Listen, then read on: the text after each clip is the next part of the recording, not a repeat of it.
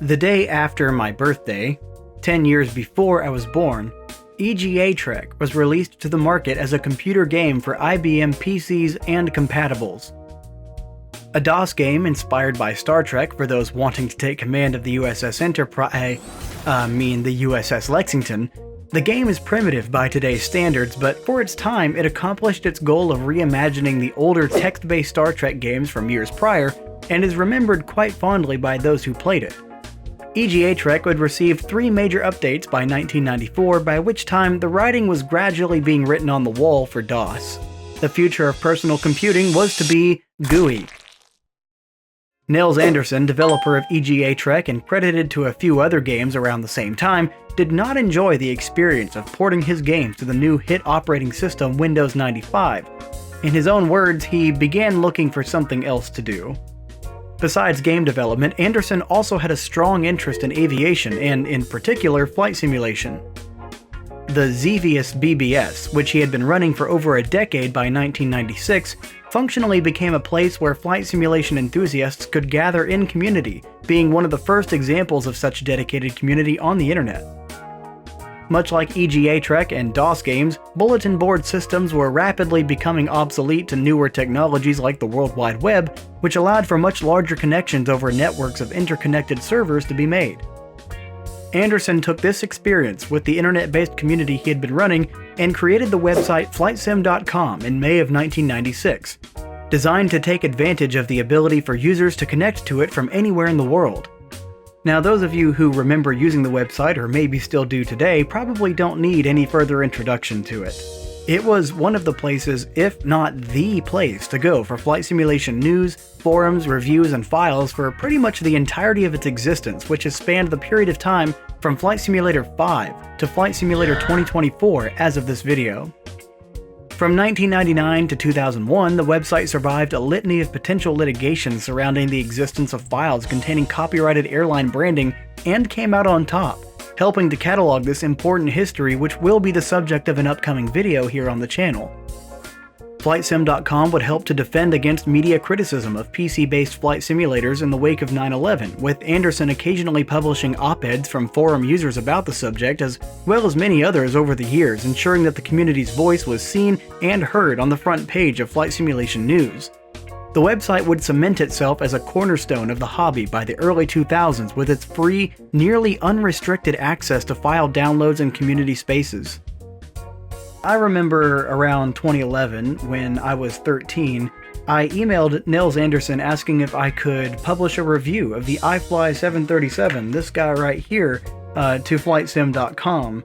And he very graciously emailed me back, if I remember, and he said, yeah, absolutely. Just send along whatever you have whenever you're ready. And I was like, sweet, I'm gonna do this. And then I never did because I got so nervous. I was like, I have nothing to say. I don't know how to review things. So that never happened. And truthfully, I shudder to think what 13-year-old me would have written, especially going back to some of my old forum posts. As the kids would say, you just posted cringe. You're going to lose subscriber.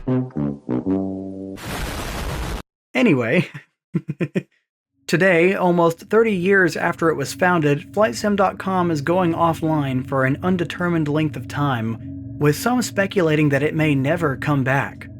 Now, speaking as someone who has an aspiration of becoming a curator of flight simulation history, this is deeply troubling and upsetting to me. 3 decades of flight simulation history is potentially disappearing from the web. FlightSim.com has acted as the landing page of flight simulation news, community, and freeware content for many of us for much or even all of that time. This marks a historic shift in the community that ultimately isn't very surprising, as it reflects a broader trend of the internet as a whole over that time. But I'm getting ahead of myself. What's actually happening to FlightSim.com? Well, according to a news release published 17 November this year, the website is going offline for an unknown period of time, described as likely being months long, so that the website can be completely rebranded and redesigned. The website is going offline on New Year's Day 2026, with the promise that the domain will remain active and show as under construction until it is ready again, at which time all registered users will receive an email inviting them to come back. Right away, many users began to write their eulogies for FlightSim.com, while others championed the new management team and pledged their support to stick around. On the whole, the community seemed split on whether this change would be good or bad, how necessary it really is, and whether the website will come back at all. I can't speak directly to any of these questions, but I can give my thoughts and opinions and a little retrospective of FlightSim.com, just in case this really is the last time that we should see it. First off, I must acknowledge that I'm very grateful to the current webmasters for making their intentions clear. They want to transition the website to a new format and retire the aging file library while trying to make the experience as user-friendly, seamless, and non-destructive as possible, and they've been transparent about that intention in every news release published. I can certainly appreciate that, in a world where so many websites can change or disappear altogether with little or no warning, much less a statement on intentions or what to expect in the future. A few months ago, I made an off-the-cuff video sharing my thoughts and feelings and opinions on the then upcoming closure of the FlightSim.com file library. To summarize, the library was announced to be transitioning to an archival format wherein new uploads would not be permitted, and the existing file base would be handed over to an unknown third party, and it would be up to this third party to fund and maintain the library. And I feel now that it is very possible that this enormous collection, again comprising over 3 decades of Flight Sim user content, will disappear due to lack of interest in maintaining such a large library, of which, quite generously, I would guess more than half of the files likely see less than 100 downloads a year, if that. FlightSim.com is not in the hands of its original owners and creators anymore. That much has been made clear for quite some time now. What has not been made clear is exactly what's going to happen to the website in the coming months.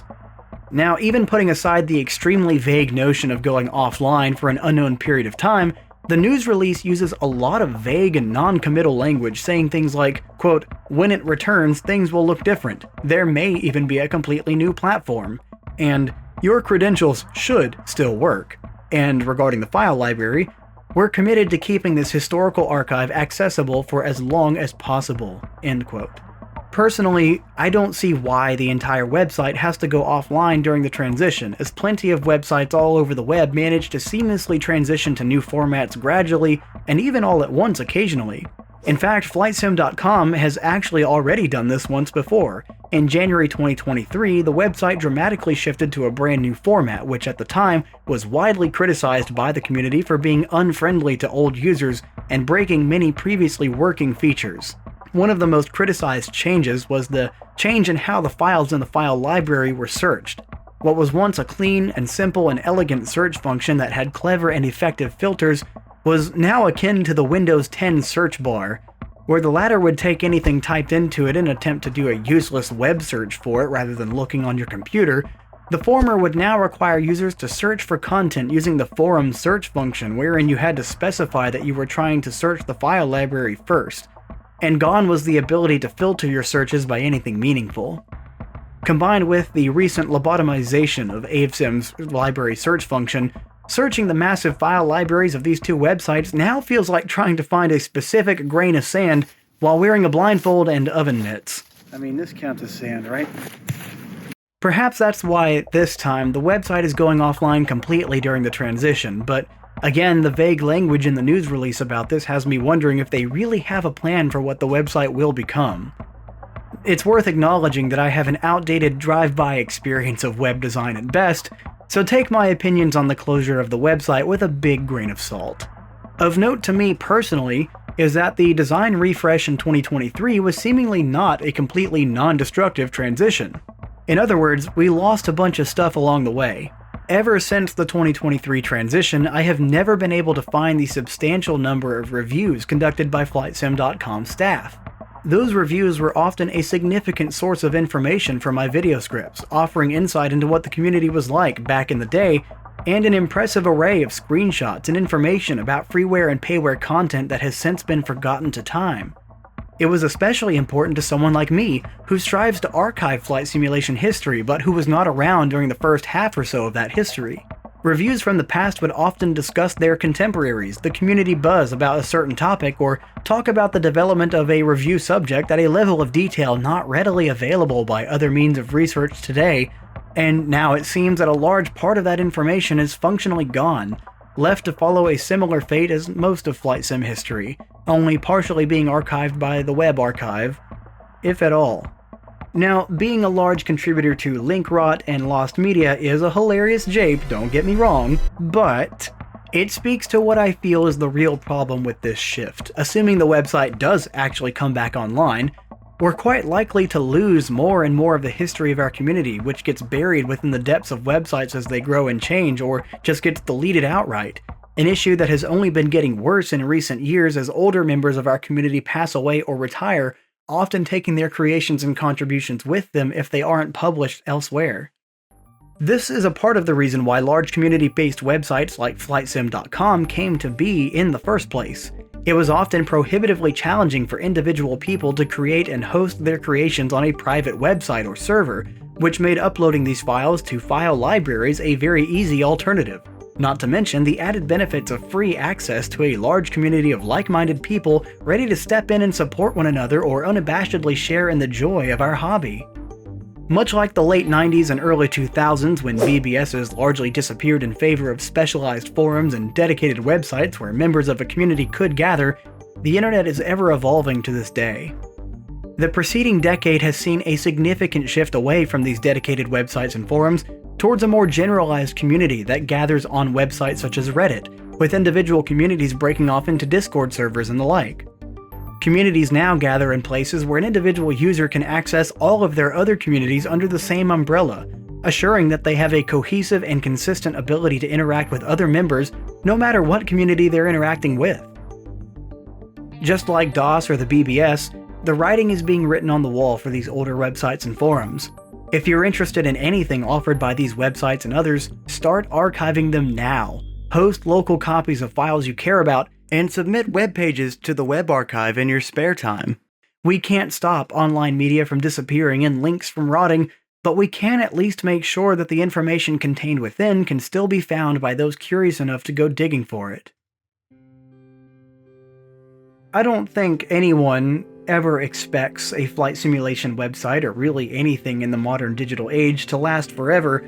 Even outside the digital age, things have never lasted forever, and I'm certainly no exception to that. It was inevitable that FlightSim.com would go away, and even if it comes back, it's still inevitable that one day it will go away. Maybe a very long time from now, and I certainly hope that's the case, but one day it will disappear, and it's feeling like that day is tomorrow rather than, years from now. And anytime something like that happens, it's a loss to be mourned. There's a history, there's somebody's, personal passion that they put into this. And in the case of FlightSim.com, there's hundreds of thousands of people's personal passions that they've put into this community. So it is a great loss to think that we might, lose this forever. FlightSim.com represents an enormous era of digital flight simulation, more than half of it at the time of this video.